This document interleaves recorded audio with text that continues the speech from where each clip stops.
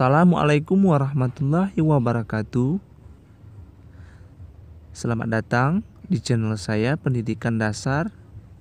Di video kali ini saya akan menjelaskan apa itu perangkat pembelajaran.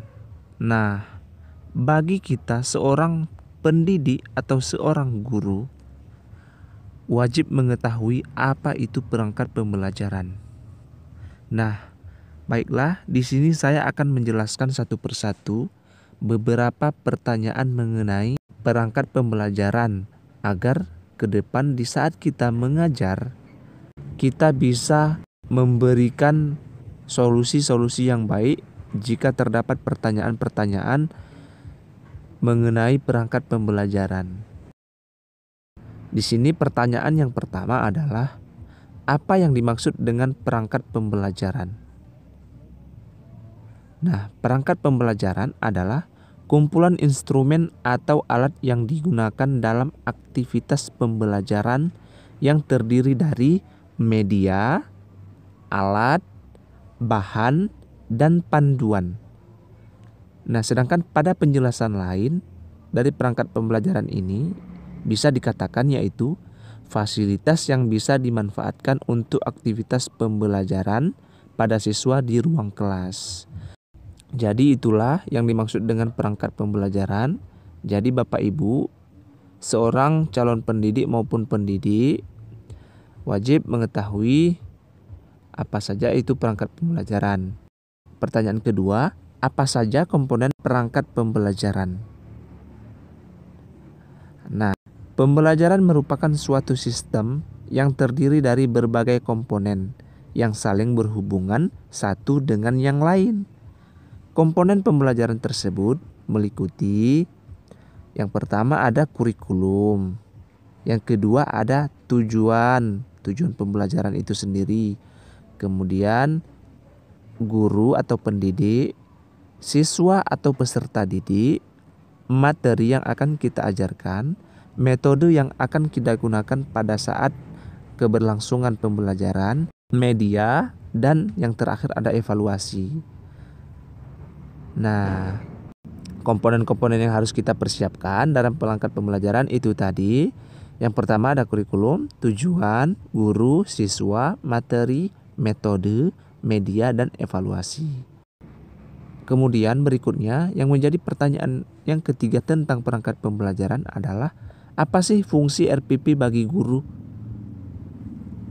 Nah, fungsi RPP bagi guru adalah sebagai acuan kita, sebagai acuan guru untuk melaksanakan kegiatan belajar mengajar ataupun kegiatan pembelajaran agar lebih terarah dan berjalan secara efektif dan efisien.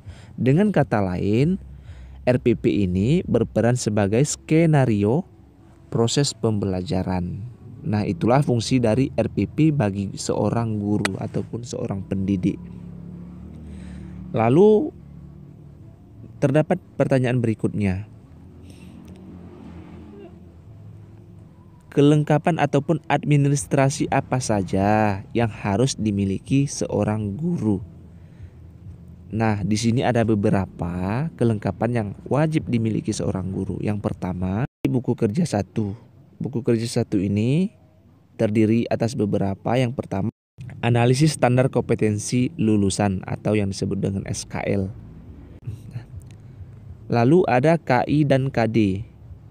Nah, KI dan KD berisi tentang kompetensi inti dan kompetensi dasar. Itu sudah tertera di kurikulum. Lalu kita harus mempersiapkan silabus. Silabus ini berisi tentang materi yang akan kita ajarkan selama 1 tahun ke depan. Nah, lalu ada RPP, yaitu rencana pelaksanaan pembelajaran yang akan dilaksanakan oleh guru di kelas. Lalu ada KKM. KKM ini kriteria ketuntasan minimal, adalah lambang batas kelulusan peserta didik sebagai syarat lulus atau tidak lulus terhadap suatu materi tertentu. Kemudian yang kedua ada buku kerja 2. Buku kerja 2 ini terdiri dari beberapa kategori. Yang pertama sekali ada kode etik guru. Kode etik guru adalah aturan yang harus dijalankan oleh guru atau rambu-rambu yang harus diingat oleh guru saat menjalankan tugas dan fungsinya sebagai seorang pendidik. Kemudian, dalam kode etik guru mengikat aturan yang tidak boleh dilanggar dan tetap menjadi panduan bagi guru dalam kehidupan sehari-hari. Yang kedua, ada ikrar guru. Ikrar guru ini yaitu janji atau ikrar yang akan mengiringi tugas guru saat menjalankan tugasnya mendidik. Kemudian ada tata tertib.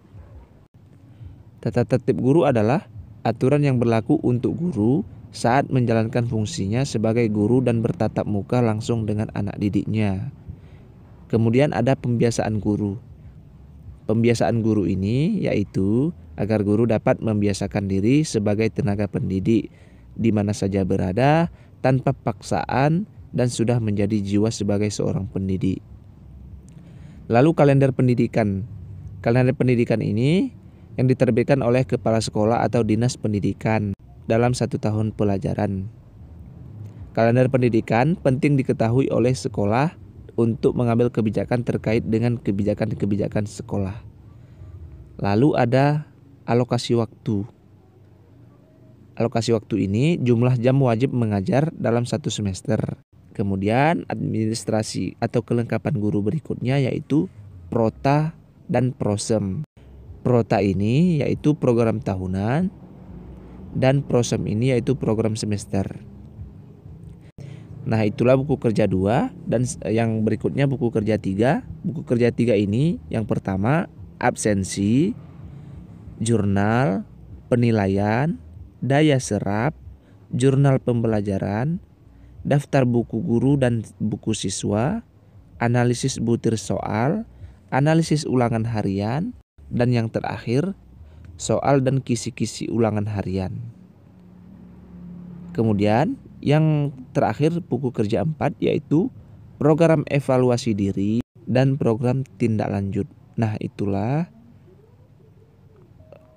kelengkapan administrasi yang harus diwajibkan dimiliki oleh guru.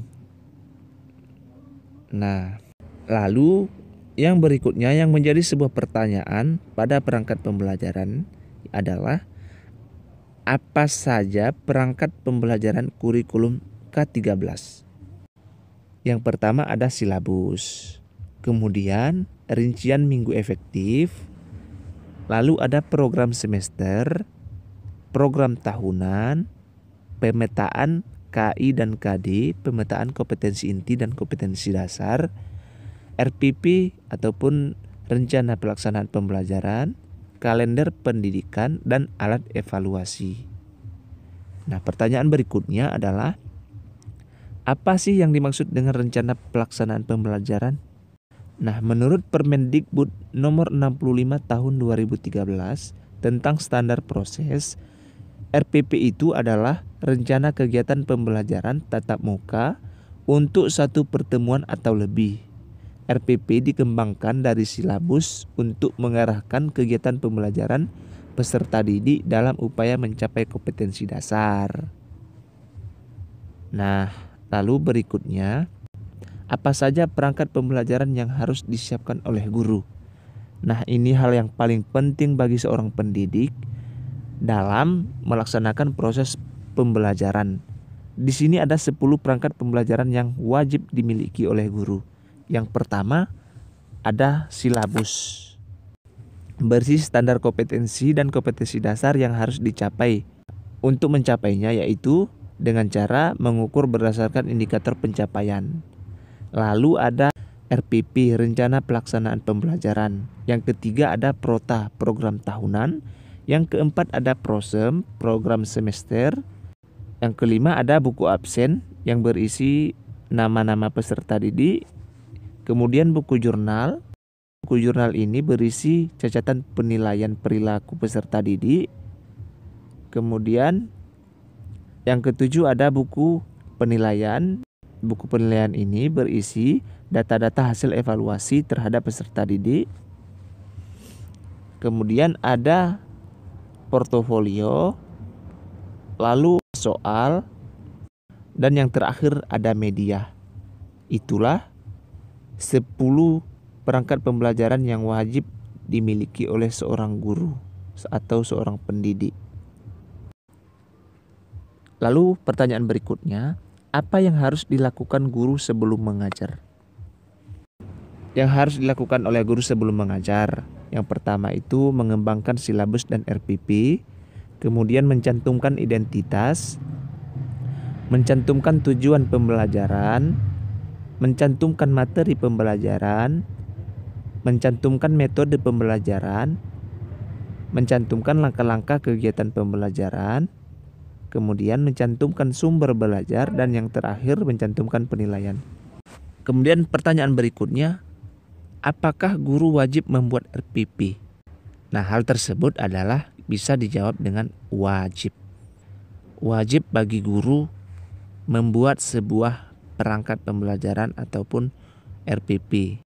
Nah, itulah beberapa pertanyaan mengenai perangkat pembelajaran. Semoga bagi seorang pendidik ataupun seorang guru bisa membuat sebuah perangkat pembelajaran dengan baik dan mampu mengaplikasikannya kepada peserta didik dengan baik. Itu saja penjelasan perangkat pembelajaran kali ini. Jangan lupa saksikan terus channel Pendidikan Dasar, karena ke depan saya akan memberikan contoh apa itu perangkat pembelajaran dan apa saja isi dari perangkat pembelajaran, agar Bapak Ibu dapat memiliki pedoman untuk merancang sebuah perangkat pembelajaran dengan benar. Nah, terima kasih yang sudah menonton. Saya ucapkan semoga Bapak Ibu pendidik atau Bapak Ibu guru dapat merancang perangkat pembelajaran dengan baik. Tetaplah semangat dan memberikan motivasi belajar kepada peserta didik untuk Indonesia menjadi lebih maju. Sekian dan terima kasih. Assalamualaikum warahmatullahi wabarakatuh.